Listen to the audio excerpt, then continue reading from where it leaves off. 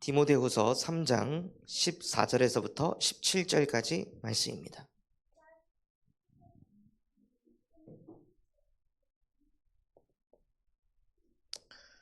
디모데후서 3장 14절에서부터 17절까지 말씀입니다. 한 절씩 번갈아 가며 교독하겠습니다. 그러나 너는 배우고 확신한 일에 거하라. 너는 내가 누구에게서 배운 것을 알며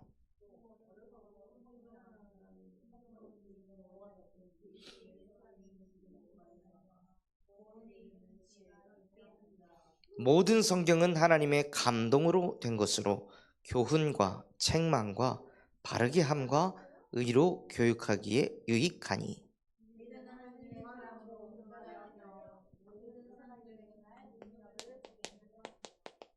아멘.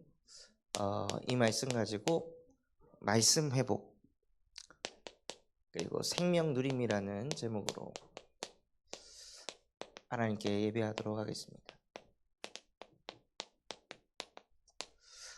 정말로 우리가 전도운동을 일으키기 위해서는요, 가장 먼저 말씀이 회복이 돼야 합니다.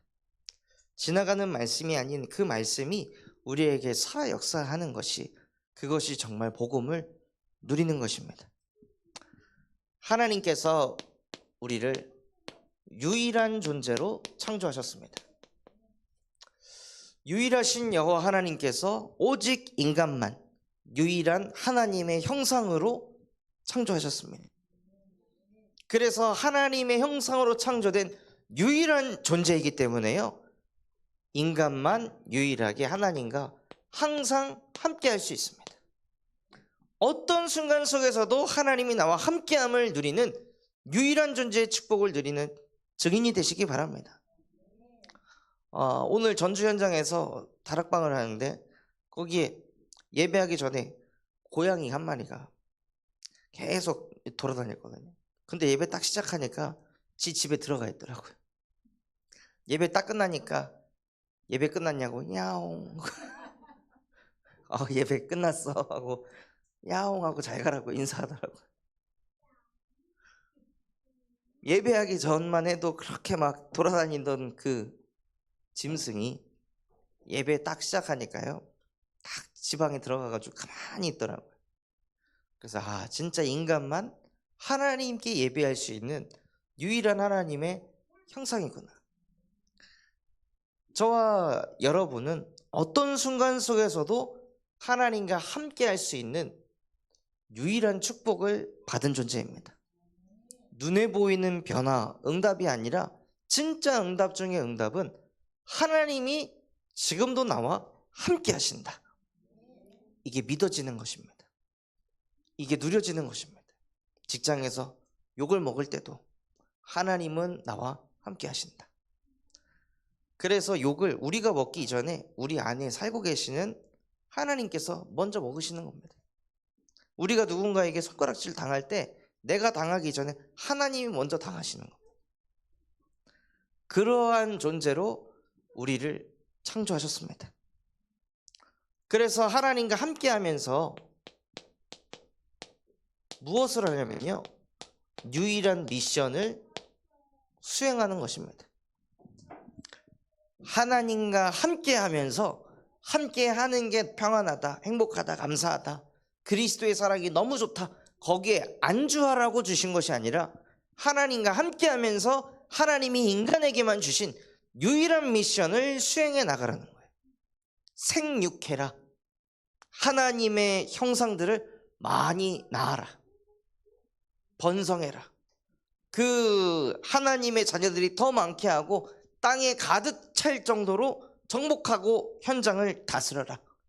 그게 하나님이 우리에게 주신 유일한 미션입니다.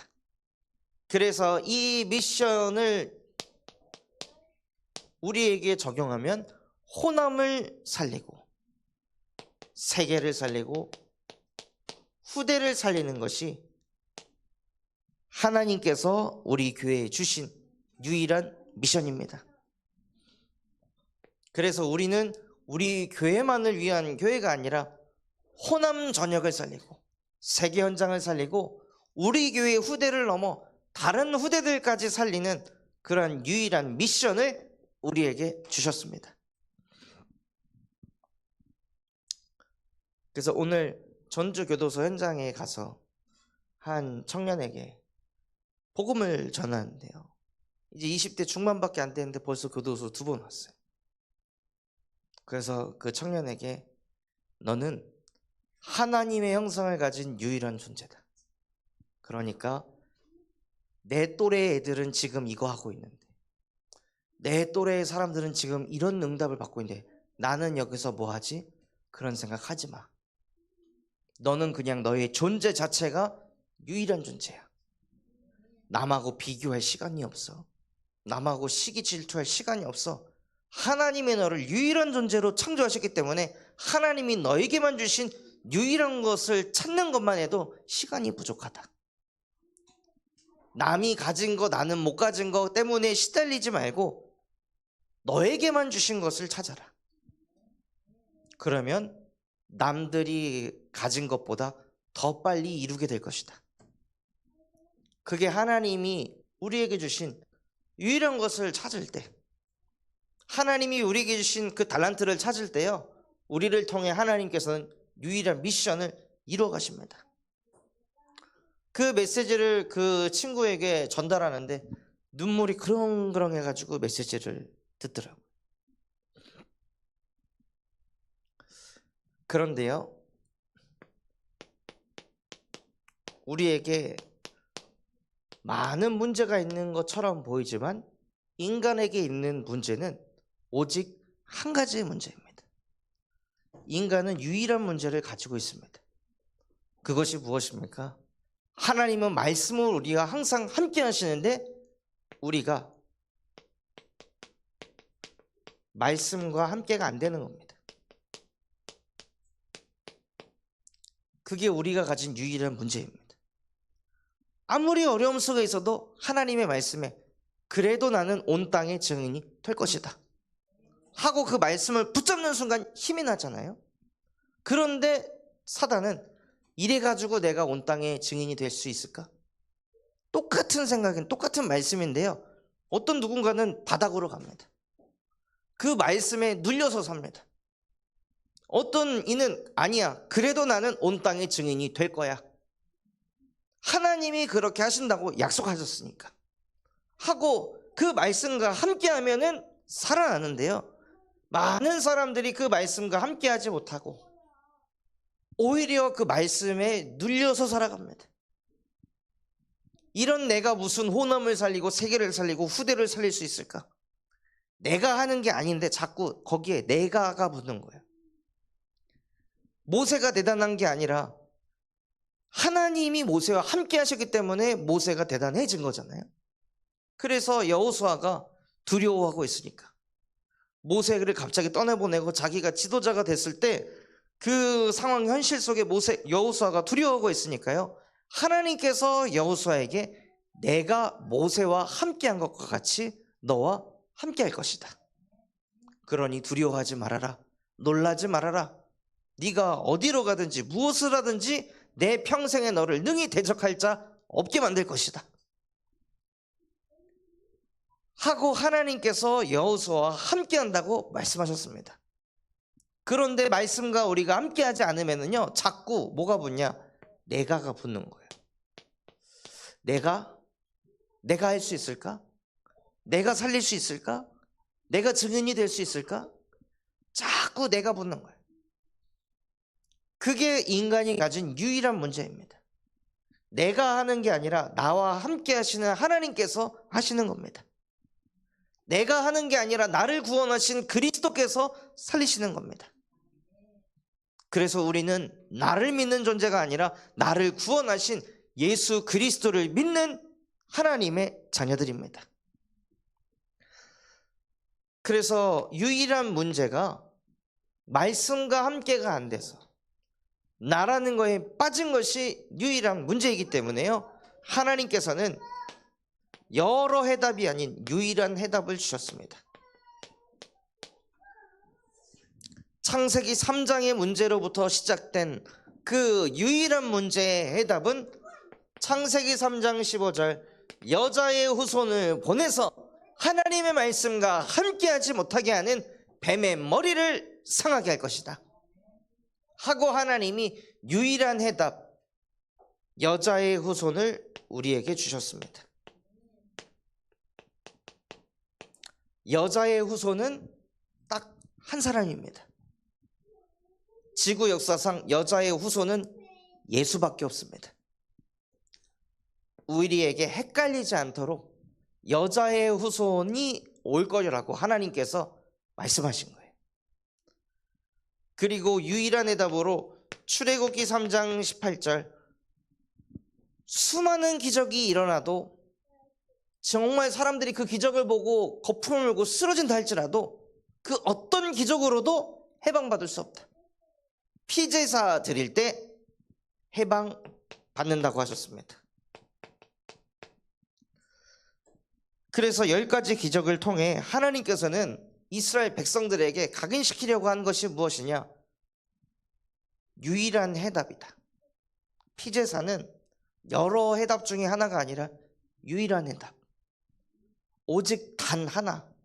피제사만 너희를 해방시킬 수 있다. 피제사 드릴 때만 저주와 재앙이 넘어간다.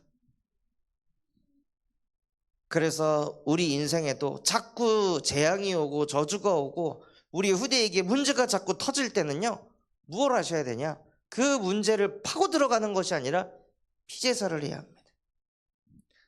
그리스도의 보혈의 능력이 우리에게 살아 역사할 때, 그래서 이것 때문에 예수께서 십자가에 못 박혀 죽으셨구나.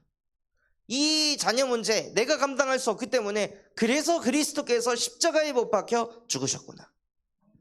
내가 후대에게 역사하는 이 저주와 재앙을 막을 수 없기 때문에 예수 그리스도께서 십자가에 못 박혀 죽으셨구나. 그것이 우리에게 자꾸 마음에 부딪힐 때, 담길 때요, 우리에게 역사하는 저주와 재앙이 유월된다는 거예요.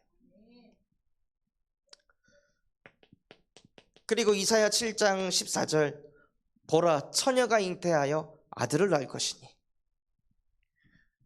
여자의 후손이 올 것인데 아들이며 그의 이름을 임마누엘이라 하리라.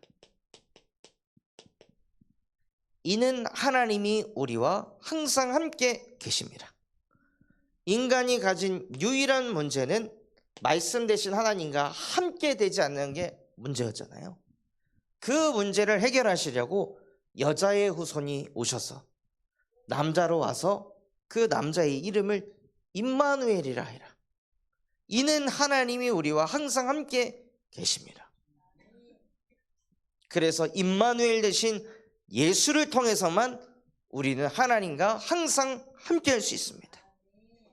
그래서 여자의 후손으로 오셔서 사단의 권세를 박살내신 참 왕, 모든 죄에서 해방시키신 피제사의 주인공 되신 참 제사장, 하나님과 영원히 함께 할 수 없었던 우리를 영원히 함께 하도록 만드신 참 선지자, 그 일을 행하신 예수가 그리스도이십니다. 이것이 인간에게 유일한 해답입니다. 그 유일한 해답을 가질 때요, 하나님께서 저와 여러분을 유일한 증인이 되게 하십니다. 우리에게 해답을 주셨잖아요. 해답을 주시고 우리만 겪는, 나만 겪는 어떤 유일한 문제가 있습니다. 그 문제를 정말로 예수 그리스도의 이 복음을 가지고 해답이 난 사람, 그 사람이 유일한 증인이 되게 하십니다. 그래서 문제가 왔을 때 시험 될 게 아니라 이 문제를 통해 예수가 나에게 그리스도가 될 것이다. 이 문제를 통해 그리스도의 복음이 더 깊어지게 할 것이다. 그래서 이렇게 깊은 상처 속에 있는 사람에게 이 깊은 예수 그리스도의 복음을 증거할 나는 유일한 증인이 될 것입니다. 그래서 유일한 증인이 되면은요, 하나님은 저와 여러분을 온 땅의 증인으로 세워가십니다.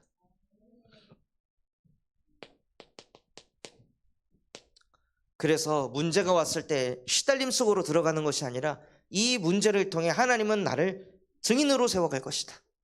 하나님, 이 문제 속에서도 예수가 그리스도 되심을 고백하고 누리는 증거를 나에게 주시옵소서 하고 증거를 가진 증인이 되시기 바랍니다. 그래서 오늘 그 현장에서 사역이 끝났는데 그 사역을 받으시던 분이 이런 고백을 하시더라고요. 목사님은 좋겠습니다. 뭐가요? 그렇게 말씀이 자꾸 생각나고 말씀을 적용하고 그때 기도가 되어지고 부럽습니다. 저는 그렇게 될 수 있을까요? 그래서 될 수 있습니다. 저도 그게 안 돼가지고 너무 억울하고 답답하던 시절이 있었는데 왜 그랬냐? 그냥 주일날 아멘 감사합니다 저렇게 살아야지 하고 다 막 빨간 펜으로 쓰고 막 형광펜으로 칠하고 난리를 해놓은 다음에 주일날 덮고 다음 주일날 열었다고. 아니 중요 표시 해놨으면 중요하니까 그걸 또 보려고 체크를 해놓은 건데 다음 주일날 딱 펴면 내가 이런 말씀을 붙여봤구나. 근데 왜 이걸 하나도 적용을 못했을까?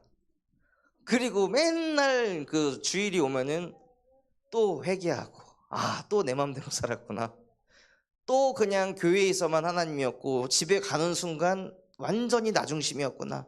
회개하고 다시 또 교회 가면 말씀 받고 꼭 이번에는 해야지 하고 그 노트한 책을 교회 갈 때 쓰는 가방이 따로 있었거든요.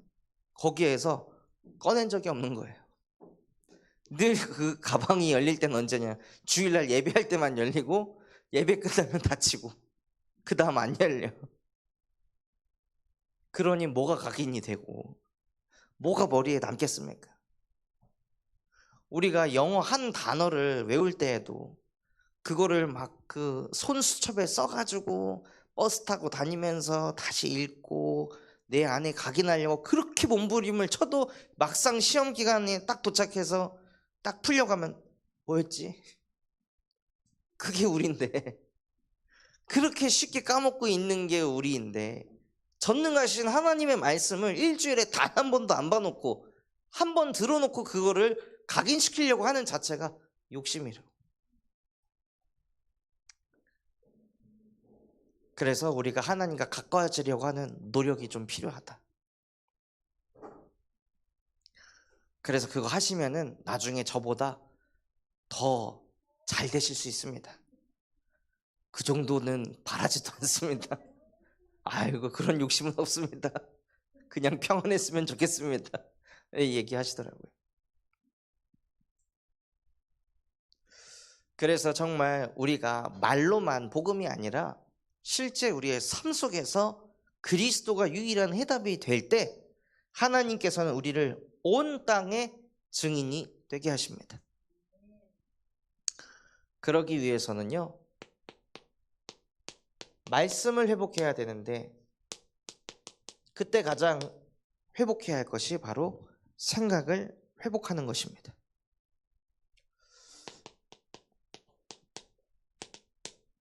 하나님의 자녀가 어떤 생각을 가져야 되겠습니까? 창세기 18장 17절에 여호와께서 이르시되 내가 하려는 것을 아브라함에게 숨기겠느냐. 하나님은 하나님의 일을 하시기 전에 미리 말씀을 주십니다. 그러니 저희는 얼마나 유리한 거예요? 현장 가기 전에 주일날 먼저 말씀을 받잖아요. 말씀을 통해 미리 보고 현장을 가는 거예요. 그러니 우리는 대비할 수 있고 준비할 수 있습니다. 그래서 생각이 완전히 바뀌어야 됩니다. 그냥 나의 그 마음의 답답한 마음을 위로받는 정도의 말씀이 아니라 하나님의 말씀은 어떤 말씀이라고요? 미리 말씀을 주신다는 거예요. 그래야 현장을 정복하고 다스리니까. 그래야 유일한 미션을 감당할 거 아니에요. 그리고 오늘 읽었던 말씀처럼 디모데후서 3장 14절에서 17절에 너는 배우고 확신한 일에 거하라. 무엇을 통해 배웁니까? 하나님께서 미리 주신 말씀을 가지고 우리에게 주신 유일한 해답 복음을 가지고 배우고 확신한 일에 거하라는 거예요. 너는 내가 누구에서 배운 것을 알며 어려서부터 성경을 알았나니 성경은 능히 너로 하여금 그리스도 예수 안에 있는 믿음으로 말미암아 구원에 이르는 지혜가 있게 하느니라. 성경 말씀을 통해서요, 그리스도 예수 안에서 구원에 이르는 지혜를 날마다 공급받으시는 겁니다. 구원받았을 때 오는 축복이 무엇입니까? 하나님이 나와 함께하는 게 믿어지는 겁니다. 그게 진짜 생각을 회복하는 거예요. 부정적인 생각을 긍정적으로 바꾸는 것이 아니라요, 하나님이 나와 함께하는 그 생각이 내게서 떠나지 않는 겁니다. 일을 할 때도 하나님이 나와 함께 하시고, 출근을 할 때도 하나님이 나와 함께 하시고, 가사 일을 할 때도, 청소를 할 때도, 육아를 할 때도, 밥을 할 때도, 설거지를 할 때도 하나님은 나와 항상 함께 하신다. 이게 생각이 바르게 회복된 사람입니다. 그리고 모든 성경은 하나님의 감동으로 된 것으로 교훈과 책망과 바르게 함과 의로 교육하기에 유익하다 하셨습니다. 그래서 우리가 말씀만 잘 들어도 그 말씀에서 우리가 자꾸 교훈을 얻어서 인생의 갱신이 일어납니다. 우리가 말씀 받은 것에서 일주일에 한 번씩만 갱신해도요, 그 사람은 어느새 서밋의 자리에 오르게 돼 있습니다. 또 하나님께서 우리가 성인이 되면 누가 우리를 책망해요? 누가 우리를 지적질해줘요? 아무도 책망하지 않고 아무도 지적질 안 하잖아요. 그래서 나이를 먹으면 먹을수록 아무도 뭐라고 안 하니까 사람이 더 자기밖에 모르는 상태로 빠집니다. 그래서 많은 노인분들이 나이를 먹으면 먹을수록 더 자기밖에 몰라요. 무조건 자기 먼저 해요. 자기 먼저 챙겨야 돼요. 자기가 이해받아야 되고 배려받아야 된다고 생각해요. 왜냐? 아무도 책망을 안 하니까. 자식이 그 부모를 감히 책망하겠어요?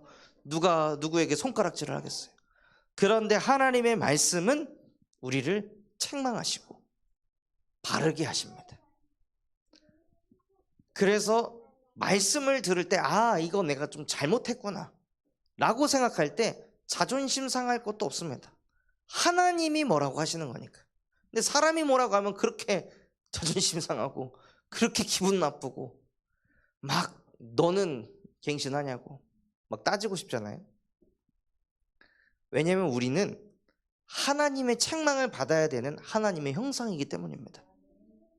하나님이 바르게 키워야 되는 하나님의 형상이기 때문에 인간의 그런 말을 들으면 나도 모르게 짜증이 나고 답답한 거예요. 그리고 이는 하나님의 사람으로 온전하게 하여 모든 선한 일을 행할 능력을 갖추게 하려 함이라. 그래서 말씀을 들으면 들을수록, 복음을 누리면 누릴수록 우리의 삶 자체가 선해집니다. 그리스도 자체가 선이기 때문에. 그래서 선의 기준이 되시는 예수 그리스도와 함께 하니까 우리도 모르게 선한 일을 행할 능력이 자꾸 나타나고 생기는 거예요.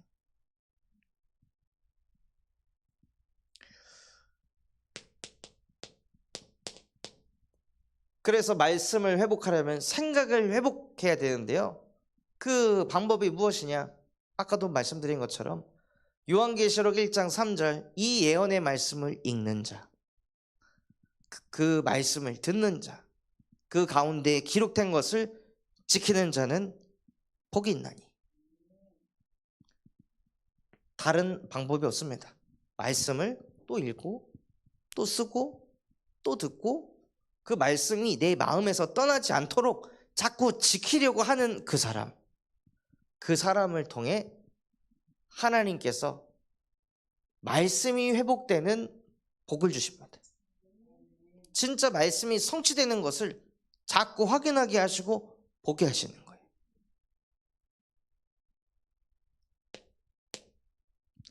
그래서 정말 다른 것에 도전하는 것이 아니라요, 하나님께서 우리를 교회에 왔다 갔다 하는 종교인이 되라고 복음을 주신 게 아니라 유일한 존재로 창조하시고 우리에게 주신 유일한 미션을 수행할 존재로 우리를 부르셨기 때문에 말씀을 읽고 말씀을 또 듣고 말씀을 또 쓰면서 내 마음에서 이게 떠나지 않도록 자꾸 마음과 생각을 지키는 훈련을 해야 합니다.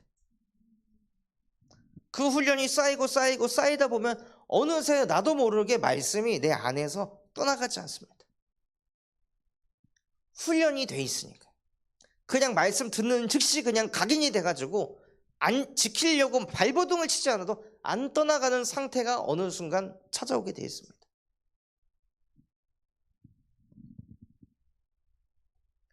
그 손흥민 선수가 실제 경기를 할 때요, 공을 드리블을 하면서 골대를 안 보고 그냥 차는데 무슨 생각이 드냐면, 이렇게 차면 반드시 이 골대 이쪽으로 들어간다 라고 생각하고 그냥 공만 보고 공을 차는데 공이 일로 들어간다는 거예요. 그 정도로 훈련을 하는 거죠. 골대를 안 보고 그냥 여기서 이렇게 차면 무조건 절로 가. 그럴 정도로 축구를 하는데도 그렇게 훈련을 하는데, 우리가 사람을 살리기 위해서, 나를 살리는 것을 넘어서 정말로 호남 세계의 후대를 살리기 위해서 이 훈련을 감당하지 않는다면요, 그냥 우리의 욕심일 뿐입니다. 그냥 허상일 뿐입니다. 그래서 하나님, 정말로 내가 먼저 하나님의 말씀을 또 읽고 또 듣고 또 쓰는 이 훈련 게을리하지 않게 하시고 도전할 수 있는 힘을 주시옵소서. 다른 데 성령의 충만함이 필요한 게 아니라요, 요거를 하도록 성령의 충만함이 필요한 겁니다. 이거 자꾸 하게 되면 하나님이 권능을 주시기 때문에 나머지는 그 권능 가지고 풀어갈 수 있거든요. 그리고 우리는 무엇을 회복해야 하냐면 그 말씀의 내용을 회복해야 합니다.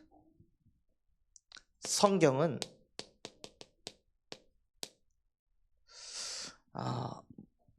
무엇이 중심입니까? 성경은 구원이 중심입니다. 누굴 바꾸고 고치는 거에 초점이 있어서 성경이 쓰여진 게 아니라 성경은 사람을 구원하기 위해서 쓰여진 책입니다. 그래서 그 구원이 중심이기 때문에 구원자 되시는 예수 그리스도가 성경의 중심인 거예요. 그리고 성경은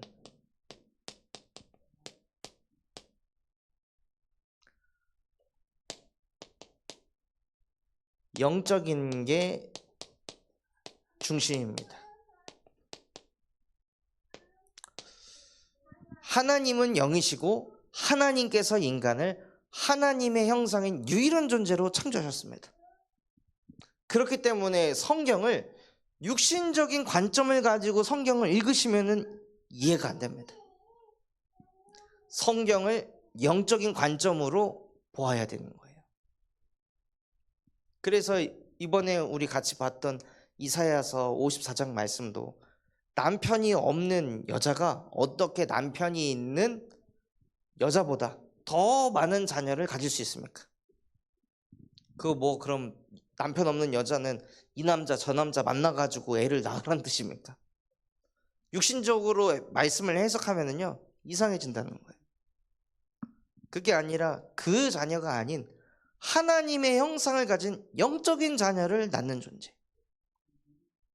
그래서 그 과부는 남편이 없어서 얼마나 외롭고 힘들겠어요. 바벨론에 많은 남자들이 포로가 돼서 끌려간 배경이거든요. 그래서 과부인 여자들이 많았습니다. 그런 여인들에게 이사야 선지자가 너희의 남편은 육신의 남편이 아닌 만군의 여호와이시다. 그분이 너희와 함께하기 때문에 오히려 남편이 있어서 안정적인 가정으로 인해 하나님께 기도하지 않고 하나님과 함께할 이유가 없는 그 사람들보다 오히려 과부인 너희를 통해 전도운동이 일어날 것이다 하고 하나님께서 그 영적인 것을 바탕으로 메시지를 주시는 거예요. 그래서 성경을 읽고 묵상하실 때 육이 아닌 영의 관점을 가지고 성경을 읽고 묵상하시기 바랍니다. 그리고 성경은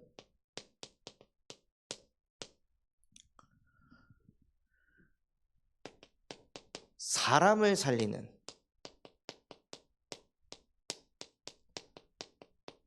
삶 중심으로 쓰여져 있습니다. 그래서 얼마나 그 시대 때 바벨론의 포로가 돼서 과부가 된 여인들이 얼마나 무시를 당하고 멸시를 당하고 조롱을 당했으면 하나님께서 이사야 선지자를 통해 그 과부들에게 힘이 되고 답이 되는 메시지를 주셨겠습니까? 성경은 사람을 살리는 삶의 중심으로 기록되어 있습니다. 사람을 판단하고 죽이는 것이 아니라 어떻게 하면 사람을 살릴까? 어떻게 하면 사람에게 힘을 줄까? 어떻게 하면 그 사람이 돌에 맞지 않도록 막아줄 수 있을까? 그 삶이 하나님의 가슴이고 중심이기 때문입니다.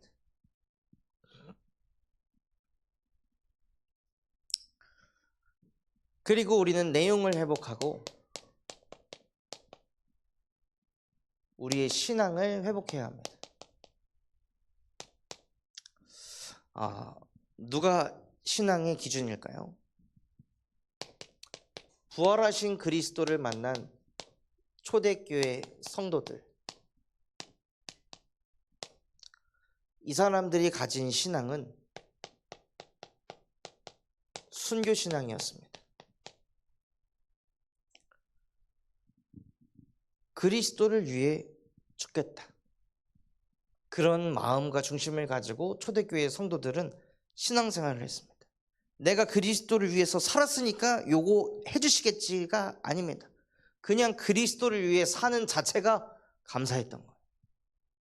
전에는 늘 나를 위해, 돈을 위해, 성공을 위해 살던 난데 그런 나 같은 인간을 위해 예수님이 나 대신에 고난당하시고 죽으시고 내가 갈 지옥을 대신 들어가시고 그 지옥에서 지옥 배경을 이기시고 사망 권세를 이기시고 십자가의 부활을 통해 보혜사 성령으로 나와 함께 하시니 나는 그분만을 위해서 살겠습니다 하고 초대교회 성도들은 순교 신앙으로 인생을 먼저 결론 내고 시작했습니다. 우리가 시달리는 이유가요, 이 신앙이 없기 때문이에요. 그냥 하나님 믿으면서 내 것도 갖고 이것도 누리고 저것도 누리고 무엇도 이루고 순교 신앙이 아닌 다른 동기가 있는 신앙이 있기 때문에 자꾸 흔들리고 무너지는 것입니다. 그래서 정말 요한복음 19장 30절 그리스도께서 모든 것을 끝냈다는 그 말씀이 내게 부딪힌다면 우리의 신앙 또한도 순교 신앙이 돼야 됩니다. 나도 그리스도와 함께 죽었습니다.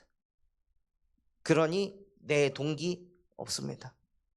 오직 그리스도를 위하여, 그리스도께서 가장 기뻐하시는 일을 위해 살다가 주님 곁으로 가고 싶습니다.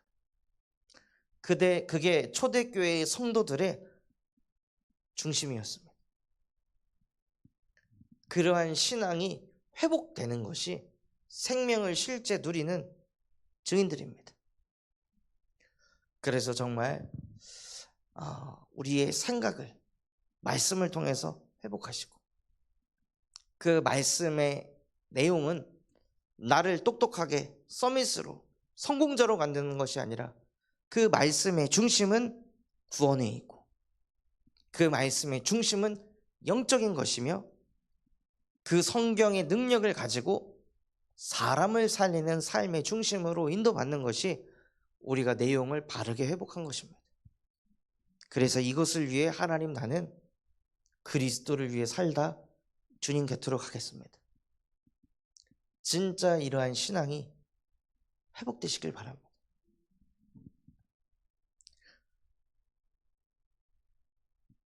그래서 전에 그 순교라는 단어가 제한테도 꽂혀가지고 꿈을 꾸는데 사역을 끝나고 돌아오는데 갑자기 산사태가 일어나서 막 바위가 떨어지더라고요.